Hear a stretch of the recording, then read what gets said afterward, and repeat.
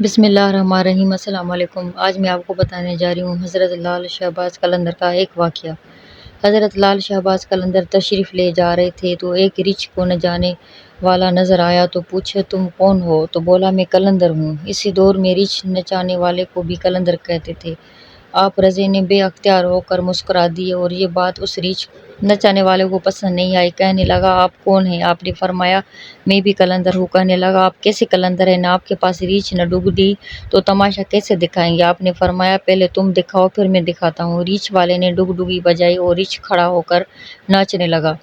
ریچھ والے نے آپ سے کہا آپ کی باری ہے۔ حضرت لال شہباز قلندر روح درختوں کے ٹہنیوں میں کھڑے ہو گئے اور ریچھ والے کو فرمایا کہ نیچے سے گزر جاؤ مگر یاد رکھنا کہ جانا مگر واپس کبھی مت آنا۔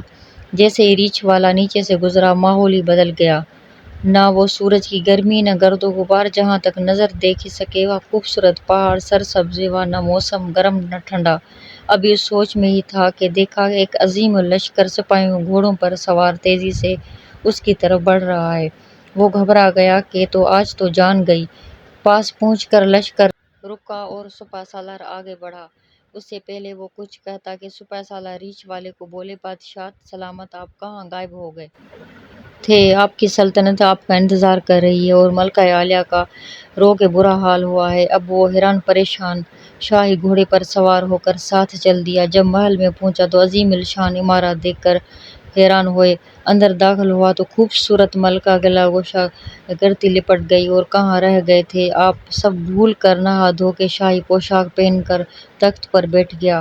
سالوں گزر گئے، بچے ہوئے، پھر شہزادے بڑے ہو گئے، بڑھاپا آ گیا، جسم سے جان، منہ سے ذائقہ چلا گیا۔ ایک دن اپنی سلطنت میں دریا کے کنارے بیٹھے ہوئے تھے تو خیال آیا کہ آخر ہوا کیا تھا۔ اس جستجو میں وہی پہنچا جہاں پر لشکر تھا تو دیکھا وہ درخت اب بھی موجود ہے۔ سوچا چلو دیکھتے ہیں کیا وہ درخت کے بیچ سے گزرا ماحول بدل گیا۔ وہی وقت وہی مقام، سامنے اس کا ریچھ اور ڈگڈگی پڑی ہے، وہی گرمی وہی گرد و غبار۔ پیچھے دیکھا تو حضرت لال شہباز قلندر کھڑے تھے۔ اس کی حالت گیر ہو گئی۔ بلا جناب میری سلطنت میری ملکہ ہے میری شہزادے۔ تو لال شہباز نے فرمایا سب تماشا تھا۔